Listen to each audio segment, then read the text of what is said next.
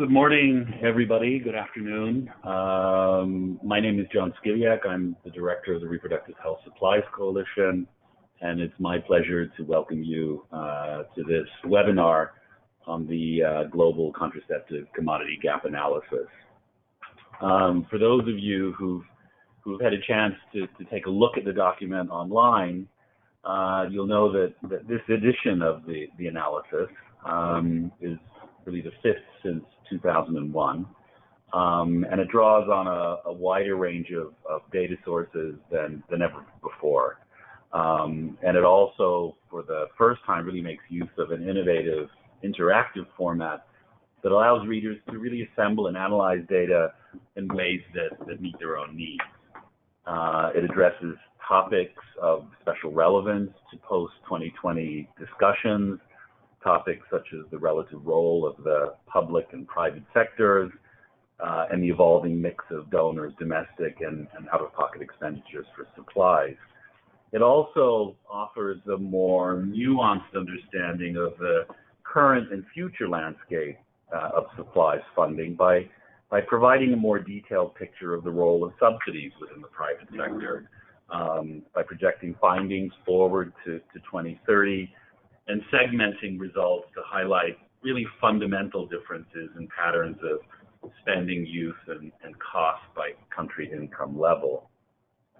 Given that this, what we're calling the CGA 2019, given that it departs so dramatically from earlier versions of this analysis, we wanted to use this, I guess we're calling this an official launch here, as an opportunity to help coalition members get the most out of the piece of work, to give everyone a sense of where we intend to take this in the weeks and months to come, but also perhaps to raise questions and issues we can explore in greater depth, either through subsequent webinars or more focused analyses of the data. Before I turn the floor over to Michelle Weinberger, who also served as the technical lead on this work, I'd like to really extend our thanks to a number of people and institutions really without whom we wouldn't have this work before us. The gap analysis from the very beginning has always been a collaborative effort. I would say this time the collaboration has exceeded anything we've seen before. And those who have really helped bring us to where we are include Nina Miller as a co-author, but also colleagues from DKT, PSI, and MSI for sharing not only their data, but also their wealth of knowledge and insights, which allowed this year's report to really give new visibility into the private sector. I'd also like to express our gratitude to colleagues at FP 2020, at UNFPA, and also the UN POP division for contributing to the analysis.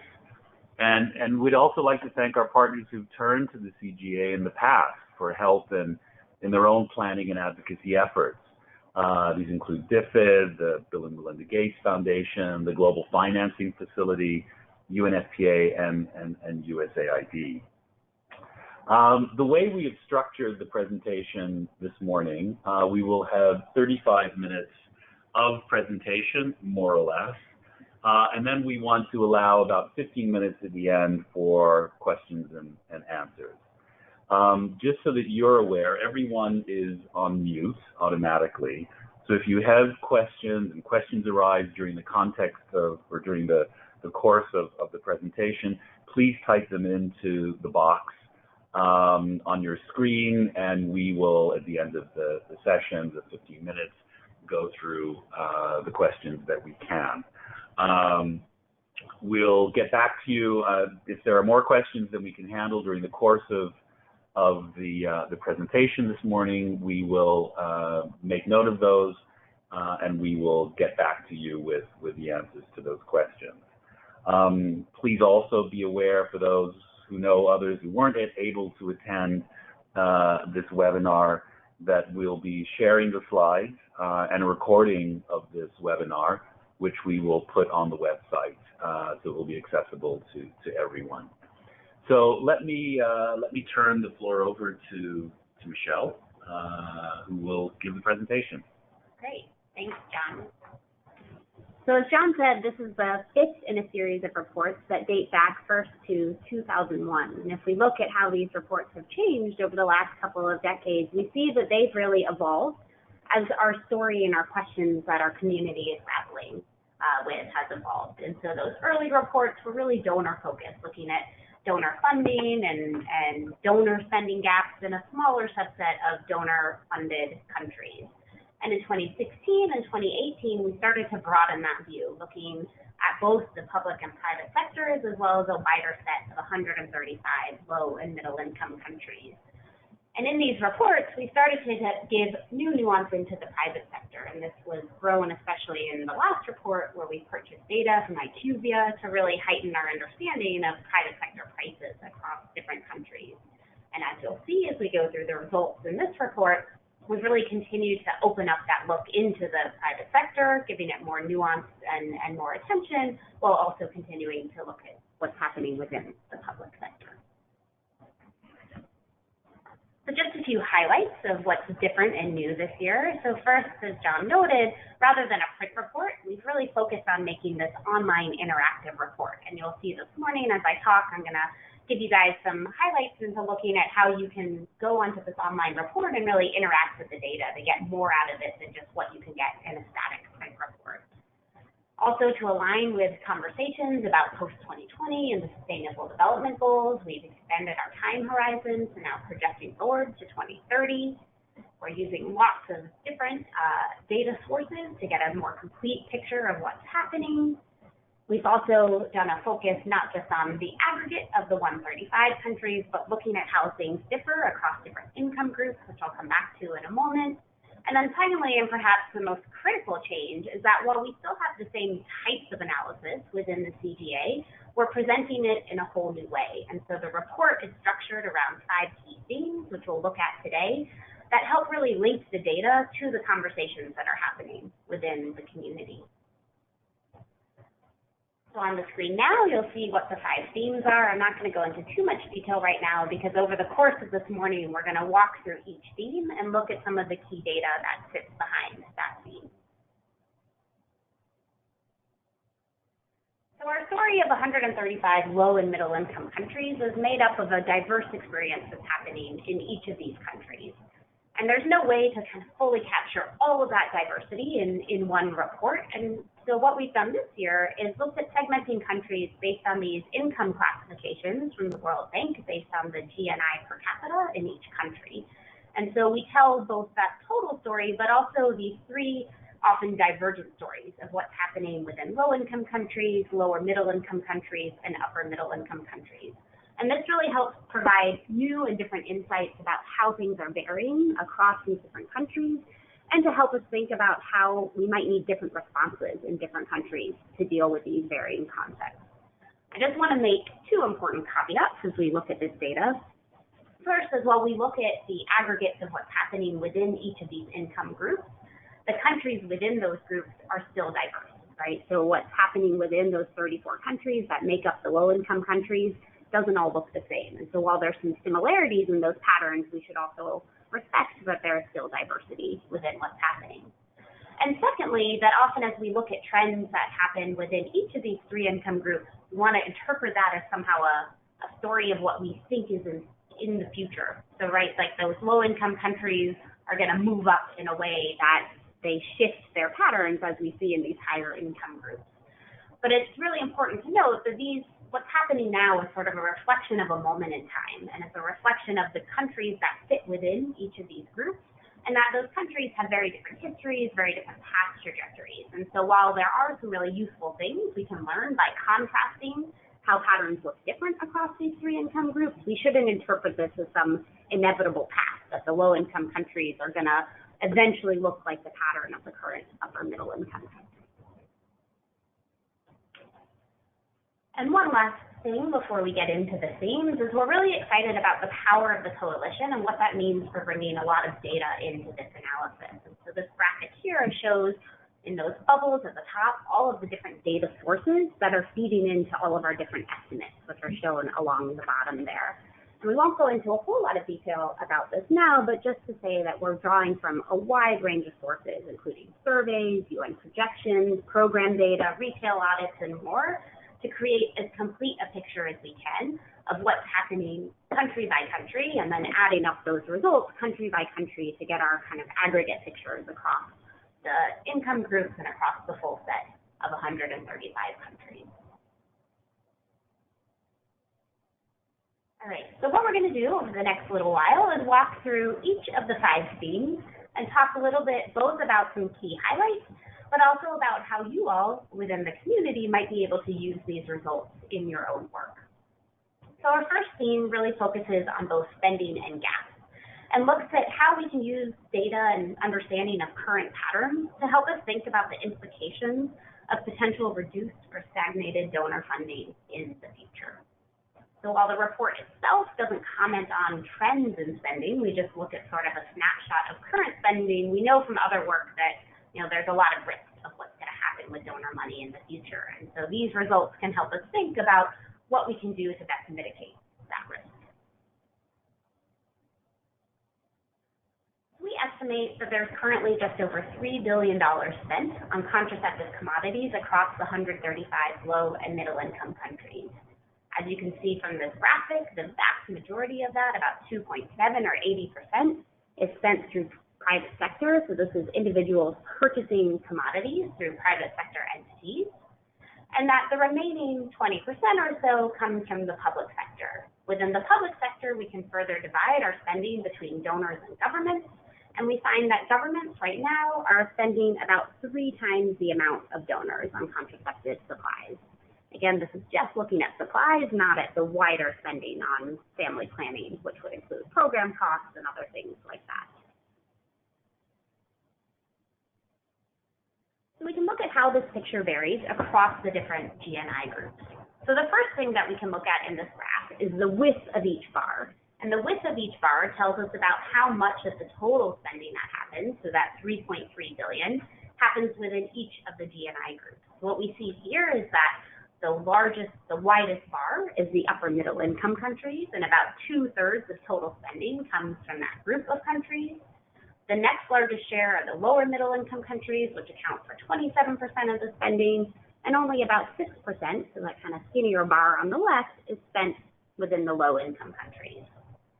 Next, we can look at the patterns within each GNI group. So if we look at how these bars are segmented across these different sectors. So what we see first is that within the low-income countries, just about half of the funding comes from donors, so that orange segment. Within the lower middle-income countries, about 30% of funding is coming from government.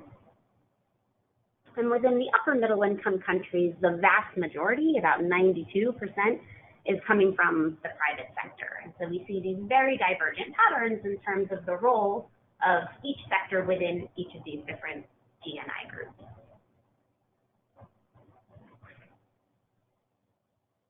So that tells us about where we are now.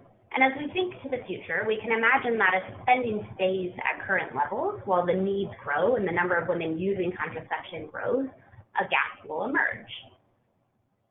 So we estimate that by 2020, that gap will be about $178 million, which means that we would need to be spending collectively across these public and private sector groups $178 million more than is being spent now to keep up with the growing gap. By 2025, that gap would grow to $266 million. And cumulatively, over 5 years, the 5 years leading up to 2025, we would see a gap of $1.17 billion. So quite a huge number there if we think about sort of how that compounds year on year. And for every year that spending doesn't happen, there's going to be more and more of this gap accumulating. So just like with spending, we can look at this gap, this $1.17 billion, and understand how it distributes both across GNI groups as well as across different sectors. So here what we see is how this gap is distributed across these 2 different dimensions. So if we first look at the overall bar, this represents that $1.17 billion cumulative gap. And we see that actually, even though spending is very skewed, that the gap is actually fairly evenly distributed across the 3 different GNI groups. So we see that there's a little bit of a smaller share in the upper middle income countries, but large shares in the others as well. And the reason for this is we have really differential patterns of growth happening across GNI groups, which we'll come back to when we look at theme 5, which means that where current spending is now is not the same as where needs are going to grow the fastest. And so our gaps are really distributed quite differently to our current spending, which has important implications as we think about how to make sure that funding is concentrated in the places where the need is going to grow the most. So next, if we look at the remaining 3 bars, we can see how the gap looks different across each of these 3 different sectors.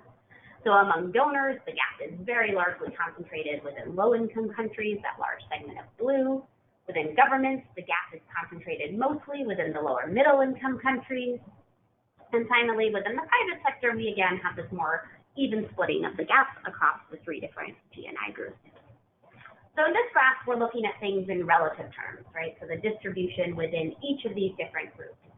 But it's also useful to look at this data in absolute terms. And one of the things that the online report lets you do is for most graphs, you can easily toggle between this absolute and relative view so that both of these different important messages can easily come out. So now we're looking at the same data, but we're looking at it in terms of the absolute numbers rather than the distribution. And we see a couple of interesting things. So first, while donors and governments only account for about 20% of the spending, they account for about 40% of the gap, right? So if we add those 2 bars together, collectively they're accounting for about 40%. And so this tells us that, again, like we saw the gap being concentrated in low-income countries and lower middle-income countries, so too is the gap disproportionately sort of attributed to donors and governments. We also see that while currently governments outspend donors by about 3 to 1, that the cumulative gap for donors and governments are quite similar. Those bars are almost the same height. And again, this is because of the differential growth patterns that are happening across different countries. So meaning that many of the countries that are highly donor dependent are also the countries where contraceptive use is growing most rapidly, and so where the costs are growing most rapidly. And so it's not just looking at where money is spent today, but where that money will be needed in the future as well. And so what we see from all of this is really this narrative, which we'll continue to reinforce as we look through the other themes of sort of these very differential patterns happening, both in terms of what's going on now, but also what's going to happen in the future. And this very important role that donors are playing, especially within low-income countries, and that role is likely to become more and more critical since those are the very same countries that are going to see the most rapid growth into the future. For theme 2, we turn to look at the distinct landscapes between the public and the private sectors. So sometimes when we talk about the prospects of reduced donor funding, there's a narrative about the private sector just coming in to substitute, to be able to just take over that role that the public sector had previously been playing. But we think it's really important to showcase just how different the roles right now of the public and private sectors are, and to highlight the fact that these two are really not interchangeable, and that if we want to make contraceptives both affordable and accessible and ensure that women have access to a wide range of methods, we're going to have to look at creative policy and financing solutions that would make the private sector kind of a viable alternative to the public sector in a way that ensures that is kept. Because right now they're really kind of playing 2 very distinct roles within the market. So collectively, across the 135 low and middle income countries, we estimate that in 2018, there is 467 million users of contraception. These users in this graph are distributed both by sector and then by method. So what we see is that the public sector plays a bit of a greater role overall, but there's still a significant number of private sector users. But most importantly, we see a very, very different picture when we look at the method mix within each of these. So within the public sector, 67% of users rely on long-acting and permanent methods, while in contrast, more than 70% of private sector users rely on short-term methods. So almost a total split of the types of methods that women are going to each of these sectors for. Here we're looking at the results for the full 135 low and middle income countries, but again on the online interactive report, you can pick from this drop-down list and see this graph for any country or country group that you are interested in. So here we're looking at how use varies both by GNI group and by sector. So again, the first thing that we want to look at is the width of the bar, because this tells us about how the total number of users distribute across each of the different three GNI groups. So we see that overall, 61% of users reside within low and middle income countries, 30% of users reside within upper middle income countries, and just 10% of users reside within the low income countries. Next, we want to look at the role of the public sector within each of these different groups. So we see that within the low-income countries, the public sector plays the largest role, with 70% of users getting their message from the public sector, and that this seems to diminish as we go up in GNI groups, so decreasing to 59 and then 50 in the upper middle-income countries. A few important caveats to note as we look at this data is first, despite this diminishing role, the public sector is still providing a big service within the upper middle income countries, with half of users going to the public sector, so it's still a substantial role, even if it's smaller. And that while countries in the low and middle income countries have a lower share who go to the public sector, that's 59%, in absolute terms, there are many more public sector users within that group, just because of the sheer number of users within the lower middle income countries. And you can see that by the size of that orange square, right? So the size of that orange square is much bigger than the orange blocks for either the low income or the upper middle income countries.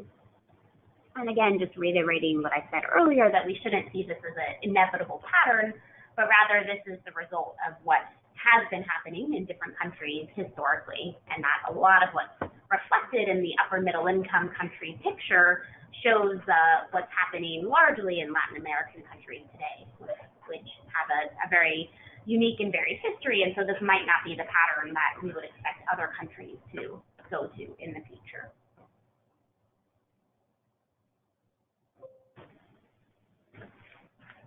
So another thing that the report lets us do is look at how these things vary by method, right? So the graph we were just looking at showed us the overall distribution of users by GNI group and sector.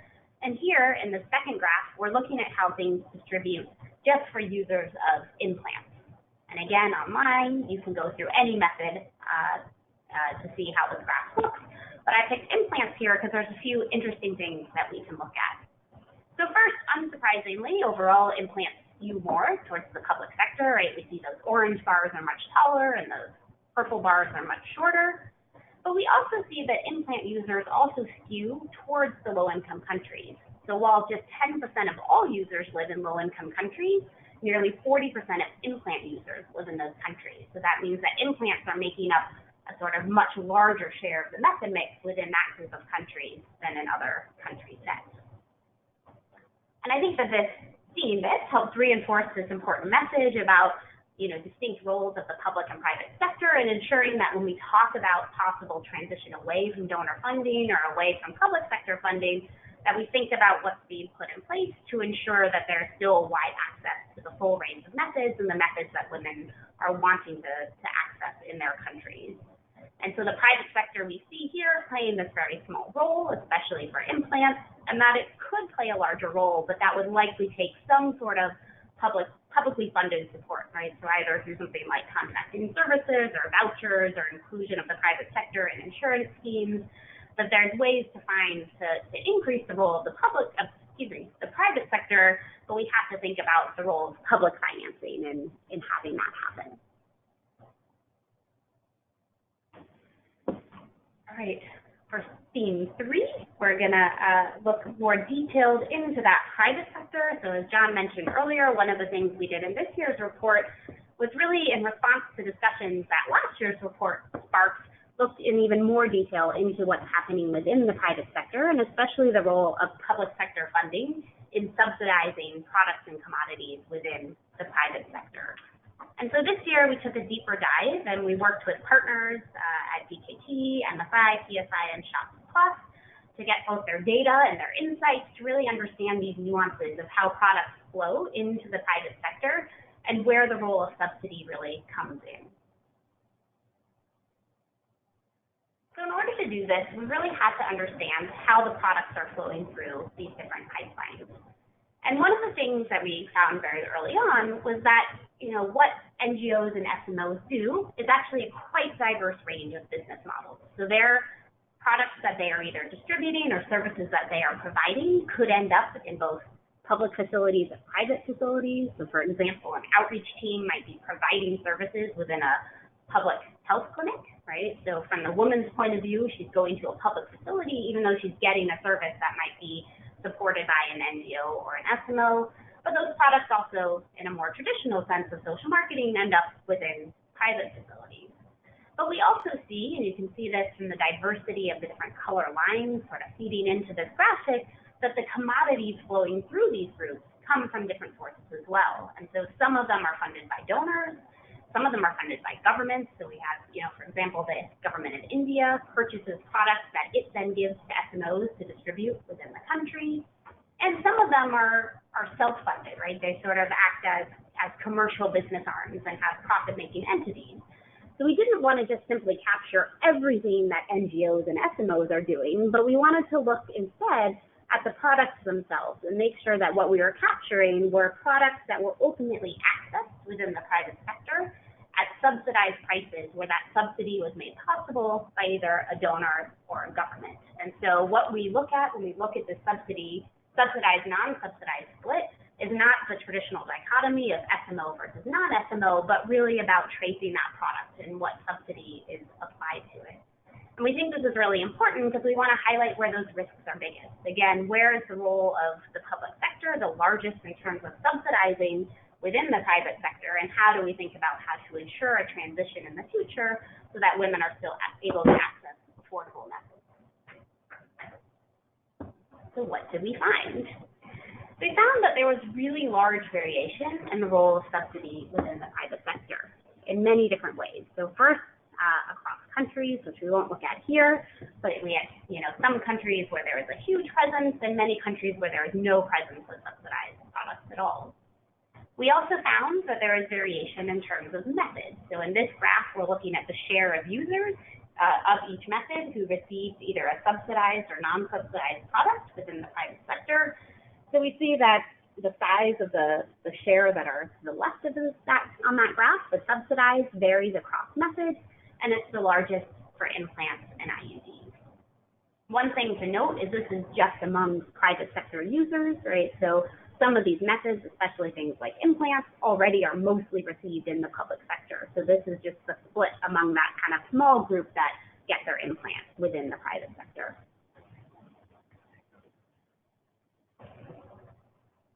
Next, we see large variation by income level. As you can see here, subsidy plays the largest role, unsurprisingly, in the low-income countries, where about 40% of low-income country users get their method. Low-income private sector users receive a subsidized method. That role of subsidy diminishes in the lower middle-income countries and basically disappears in the upper middle-income countries. One thing to note, though, again, is that while in the lower middle-income countries, the share of women who are getting a subsidized private sector method is much smaller, in absolute terms, there are many more subsidized private sector users in that group. Again, it's a very different population sizes and number of users across these three groups. And finally, we can look at this kind of crosstab of these and see how things vary both by method and by income level. So here we're looking at the role of subsidy by method just within those low-income countries. And so we can see here that there's a much larger role of subsidy across all methods. So that dark purple is much larger, and especially, again, for implants with a fairly high level for injectables and pills as well.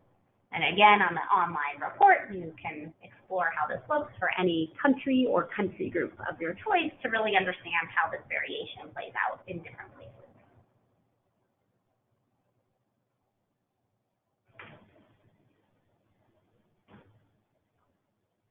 So in theme 4, we turn to an issue that was first raised in our last report, looking at how the distribution of users and the distribution of costs often look quite different. And we think this is an important issue to highlight because if we just focus on users, we're not necessarily picking up where the needs are the greatest in terms of the costs. And so we want to make sure that as we're or thinking about where funding is needed, then those decisions are made not just on users, but on costs. And there's a couple different reasons that use and cost vary. So one is because we have different method mixes in different countries, and we know that the kind of average cost per user varies. And so depending on the method mix, the cost associated with use in that country is going to be different.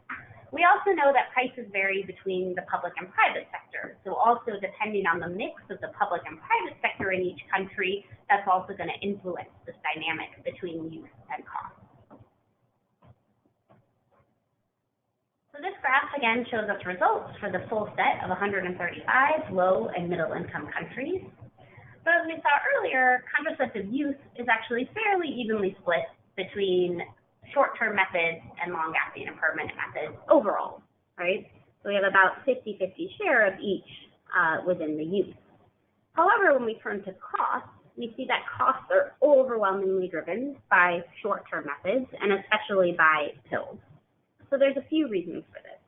First, pills require frequent resupply over the course of a year, and they're relatively more costly than other methods, right? So the cost for each pill cycle multiplied out by the number of pill cycles you need in a year just comes out to be a more costly method per year than other methods.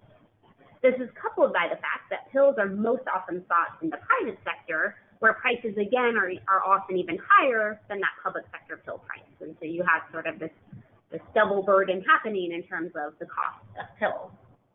By contrast, many users of long-acting and permanent methods are still protected by a commodity or service they've received in the past year. So many of them have no recurrent costs associated with them. So for those long-acting and permanent method users, we sort of have a contracting of costs, right? Because a lot of those costs were already spent in past years, where for short-term methods, we have this sort of growing of costs. And so it creates this very disparate picture between use and cost. Again, this looks very different place to place depending on the method mix. And so online, you can explore how this picture varies in different ways.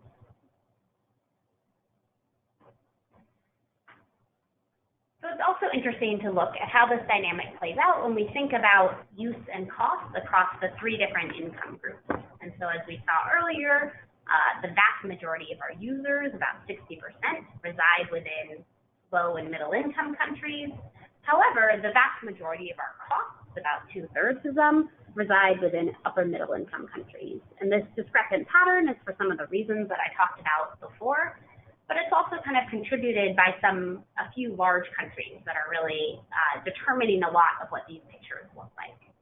So first, India, which accounts for many of the low and middle income country users, and about 30% of all global use, has a pretty low cost per user, given the high prevalence of long-acting and permanent method use in India. And we can contrast this to Brazil. So Brazil accounts for about 30% of the global supply cost, but only about 8% of global users. And Brazil has a fairly high cost per user, given the high prevalence of private sector pill use, again, coupled with much higher pill prices, especially that we see within Latin America and the Caribbean. So again, it's useful to look at both of these landscapes to think about where needs are in terms of individual users to be able to meet those needs, but also where needs are in terms of the burden of that cost and making sure that money is sort of getting to the right places and being used in a way that meets those needs. And just to reiterate, the commodity gap analysis is only looking at the cost of the commodities and the supplies, not the wider costs associated with clinical provision, program costs, and all these different things. So this is a kind of a narrow focus on the supply piece. So finally, in theme 5, we turn to the future, and we look at the possibility of significant yet uneven growth in the decade ahead. These results are not attempting to predict future changes, but instead look at where we would be if current trends continue. So current trends in terms of projections of users, which we take from the UN Population Division, and their median variance, which basically tells us the most likely trajectory of users, given everything that we know about what's happened in the past. And current trends in terms of recent shifts in method mix that we've seen. So the CGA applies sub-regional changes in method mix to each country to see those changes continue into the future.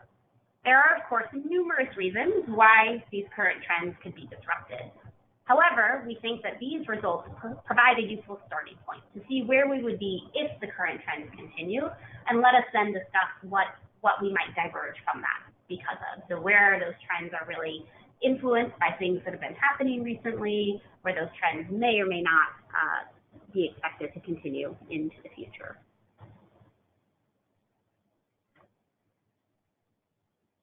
So we find that the total number of users will continue to grow out to 2030. However, these gains are not evenly distributed across methods. You can see here, each of these little panels represents the number of users in 2020, 2025 in that middle dot, and 2030 in that final dot by method.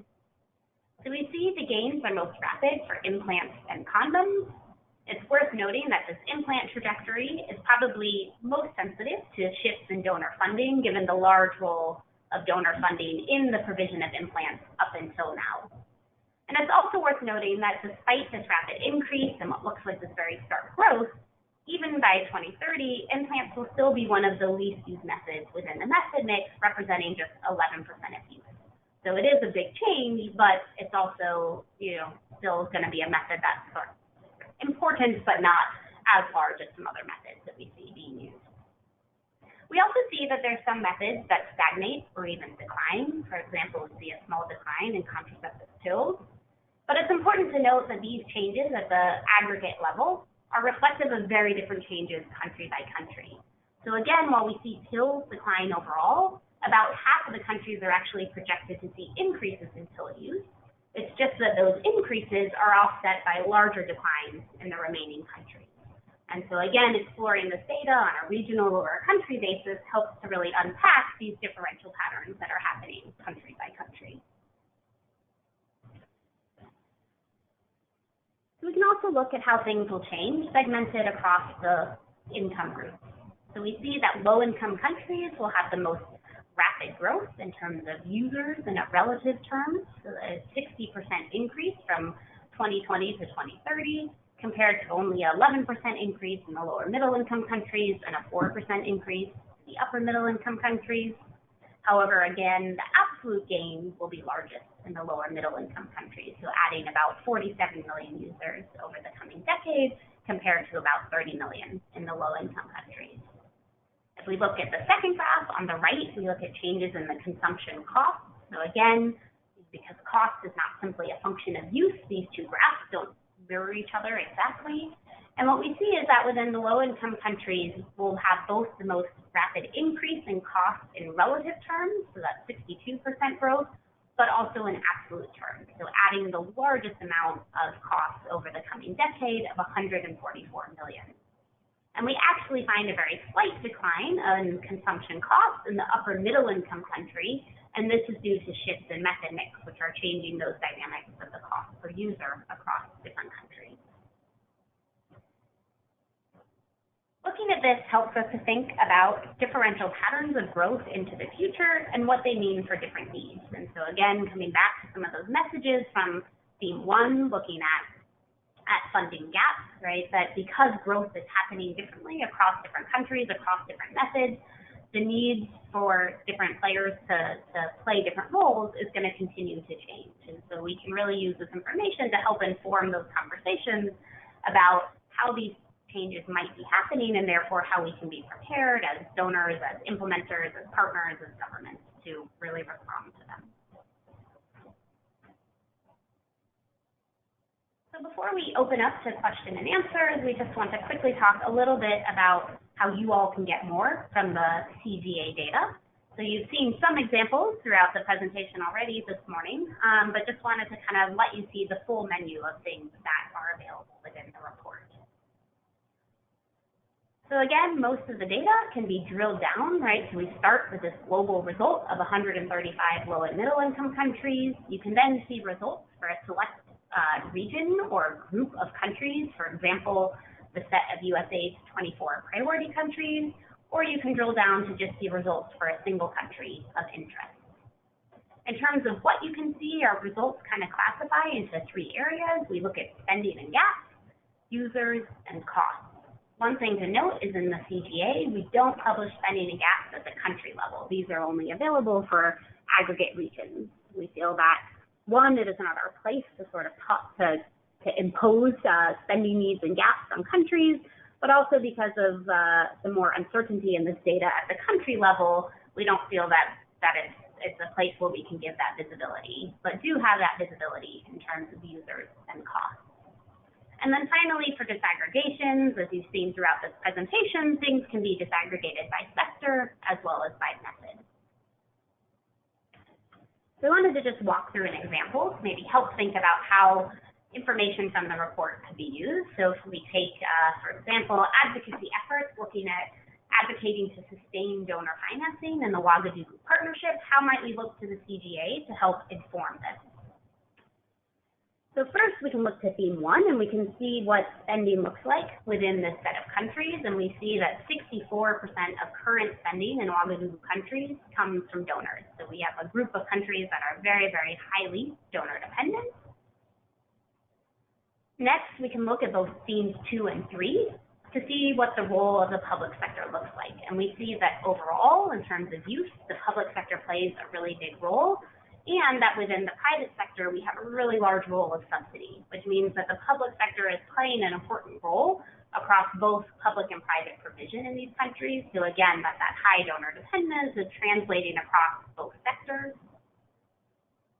And finally, we can look to theme 5 and see these projections, and we can see very rapid increases, so even more rapid than the kind of overall increase for low-income countries in both users and costs. And so this information can really help build advocacy messages around the important role that donors are already playing and the growing need to help really advocate for ways to ensure that that support continues to be there. Just very quickly, before we open up for questions and answers, the report can be accessed at rhsupplies.org/CGA. Within the report, you can interact with the tables and graphs. So these are embedded within the report itself and use these drop-down lists to select countries, to select sectors, or select methods. Also, just a quick note that graphs are downloadable. There's that little 3-stacked icon at the top, which lets you download the graphs. We're working on adding some functionality to get the tables and a couple of the other graphs downloaded, so check back soon for that. Next, if you really just want the numbers, we have a data annex, which you can access at the top right corner of the report. And in the data annex, you can select a country or a group of countries and get a series of very detailed results for users, costs, and commodities. And then finally, like last year, we're going to be producing a series of summary briefs, which gives the overview results for individual countries and groups of countries, and we'll be putting these up soon. So we'll keep you posted as more resources are available. So with that, we want to open it up for questions and answers. So everyone is muted, but if you can type your questions into the question box within the webinar software, we will do our best to get to as many as we can. I see we've already got some questions coming in. We do. And just to say, if we don't get to your question, we will follow up with you, but also please feel free to email me directly. My email is on the screen there if you have a question that we don't get to today as well. Great. Thank you. Thank you, Michelle. We do have a lot of questions here, and some of them, in fact, were answered during the course of your presentation. But a few here, I think I can pick out that weren't. And a lot of questions had to do with sort of data sources.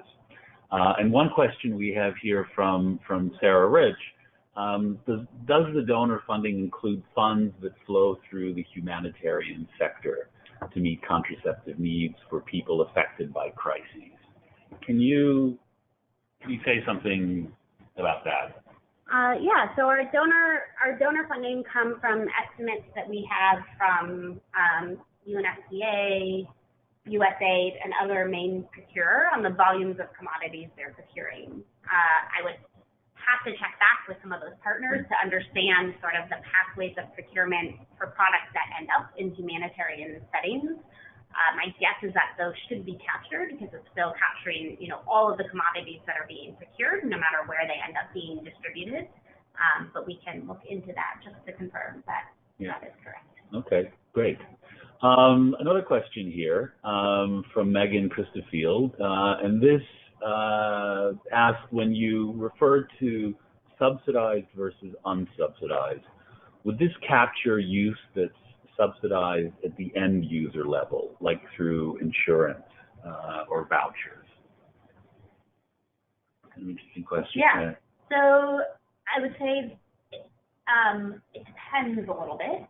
So we are probably not doing a great job capturing insurance. Unfortunately, there's not a lot of data available on sort of the coverage of family planning through insurance schemes. So where we do have that data, it is relatively small, right? So we're counting those as out-of-pocket expenditures, but it is possible that in some cases those women are paying a premium to an insurance and then sort of getting the commodities through that insurance scheme. Vouchers we're more likely to be capturing because, again, we're working with these different SMOs and NGOs to understand the data, the volumes of products that they're sort of helping to distribute, and a lot of those voucher schemes are organized through and managed by those groups. And so we're likely to be picking up at least some of the commodities that are coming through more of a voucher type mechanism. Okay.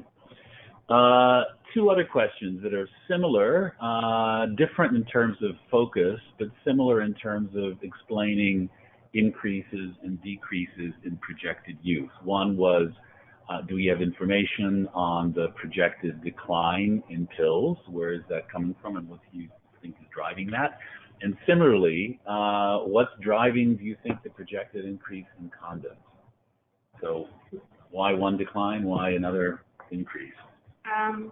Yeah, so I think we could look, so again, all of these changes in method mix are driven by recent patterns that we're seeing at a regional level. And so we can look back to see sort of which regions are seeing the most dramatic changes in those different methods. I think it's hard, and our data gives us a lot about the what, but not always quite as much about the why.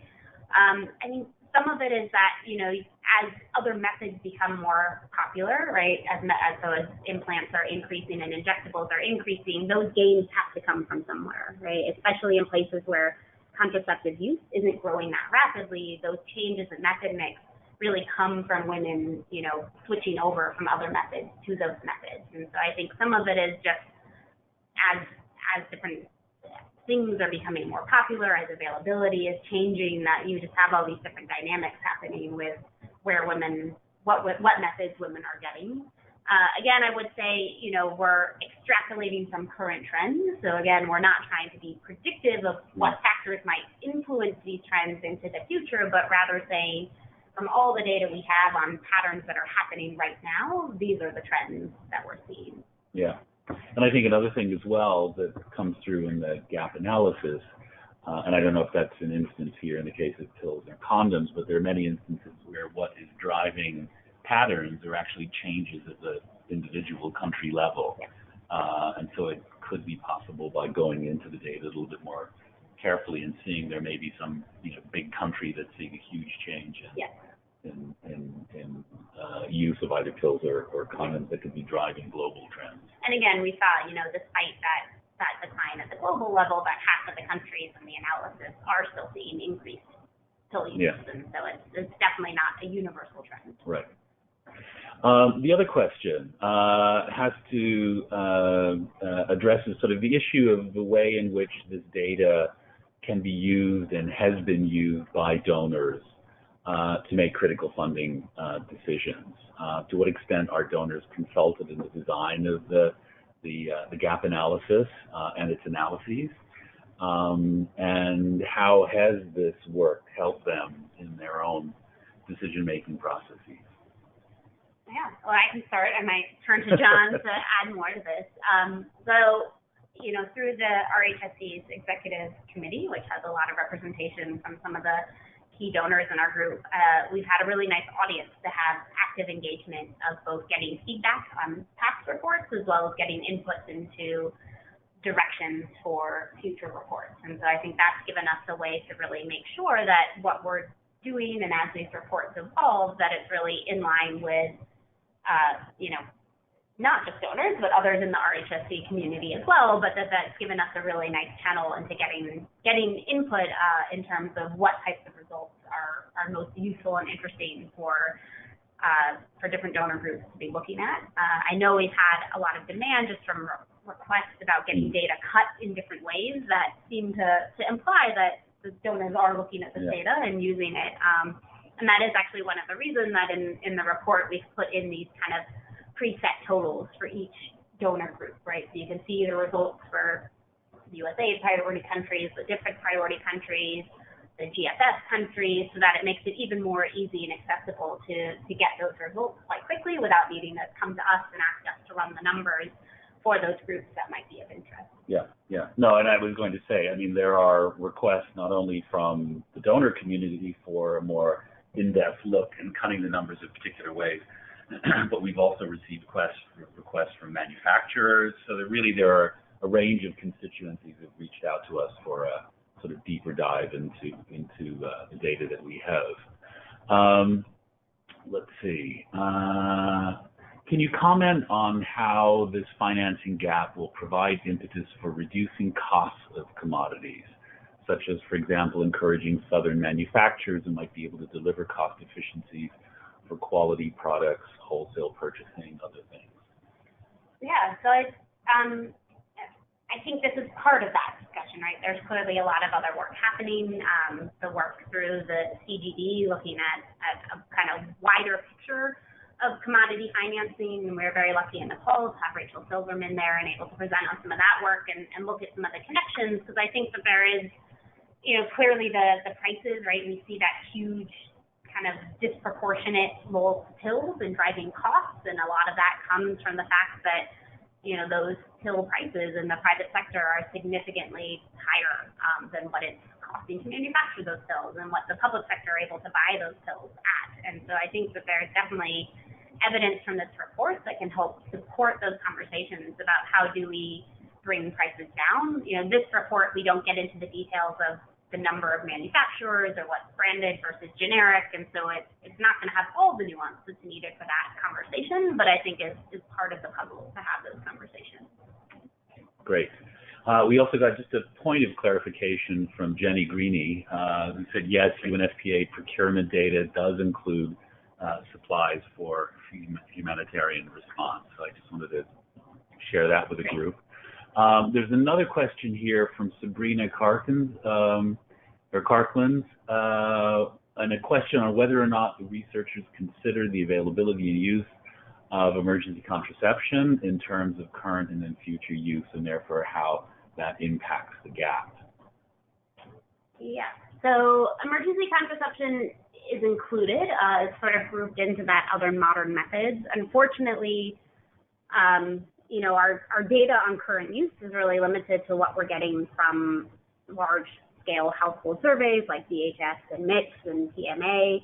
And in these surveys, EC use tends to be quite small, right? I think there's discussions about whether there's EC use that isn't getting picked up because we don't really think about it in the traditional sense of current contraceptive use. So what is getting picked up in those surveys is there, but what's getting picked up in those surveys is just not huge. And so we're including that to the extent that we can measure it and that we can link it to these projections of contraceptive users. But it would be great to have some conversations about maybe in future reports how else we can look at that, and leveraging data from manufacturers, data that we have from these NGOs and SMOs, we might be able to broaden that out a little bit more in the future. Okay, and I think that probably also applies to kind of a follow-on question from Ricky Liu, and can you elaborate more about the projections as well as disaggregating for tubal ligation and vasectomy? So we aren't able to disaggregate. Again, vasectomy numbers tend to be very small in a lot of countries, and so for kind of sample size reasons and being able to look at these larger patterns, we've grouped together both tubal ligation and vasectomy. But on a country by country basis, you could look at how those two split across the country and then apply that to that projection, right? So if a country has a 50-50 split, look at what that would mean if that projection was 50-50 versus some other distribution. Yeah. There's also another question here, but I think it's also pretty much a comment, a sort of reference to the fact that we're seeing declining or stagnant donor funding for the future. So could these figures be used to really motivate donors for increased funding? I mean, one is why the decrease in funding from donors, which really probably goes beyond the scope of this analysis here, but maybe you'd like to comment on really the way in which this analysis is helping to place this discussion about decreasing or stagnating donor funds within the broader context, in the way in which we've looked at G&I segmenting and the role of donors in each. Yeah, I mean, I think part of what we're hoping to do with this analysis is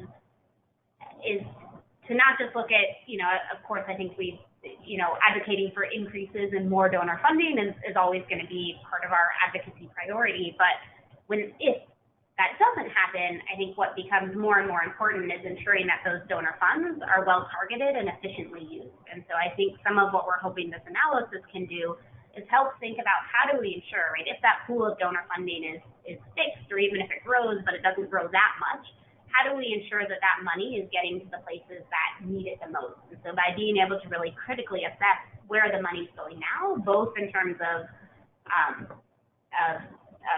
procuring commodities, right, in the public sector, but also in terms of that role of subsidy, are there places where we can see more potential for transition, where you already have a larger role of governments, and those governments are at higher income levels that might be able to have more ability to contribute to the cost of commodities, versus places where that donor money really seems irreplaceable. And so helping to think about that targeting and that efficiency in a way that makes sure that, no matter what happens in the future, we're really making sure that things are well focused and targeted. Good. Well, I think that actually wraps up the questions we have right now, and we're just 2 minutes short. Wow, this is really good. This is good.